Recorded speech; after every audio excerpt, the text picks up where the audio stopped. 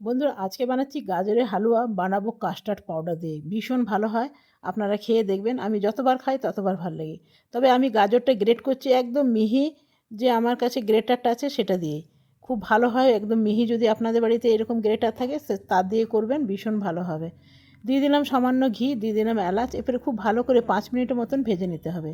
এরপর দিয়ে দেবো চিনি। চিনি দিয়েও আমাকে মিনিট 15 একটু ভেজে নেবো। তারপরে দিয়ে দেবো দুধ। 3টে গাজরের জন্য নিয়েছি এখানে 1/2 কিলো দুধ, আর আমি দিলাম এখানে মিল্ক পাউডার। আপনারা চাইলে কিন্তু খোয়া ক্ষীরও দিতে পারেন। এরপরে আমি একটু কাজু এর মধ্যে গ্রেট করে নেবো, একদম মিহি করে নেবো। তো দেখুন এটা আমার মিহি হয়ে গেছে। এরপরে একটু কাস্টার্ড পাউডার নিয়ে নেবো, খুব সামান্য দিলাম, 1/2 চামচের মতো নিয়েছি। 3টের জন্যে 1/2 চামচ, মানে আধা কিলো আমার গাজর ছিল। আধা কিলো গাজরের জন্য 1/2 চামচ, আর এক কিলো গাজরের জন্য 1 চামচ। বেশি দিলে কিন্তু ভাল লাগবে না। এটা আমার হয়ে গেছে।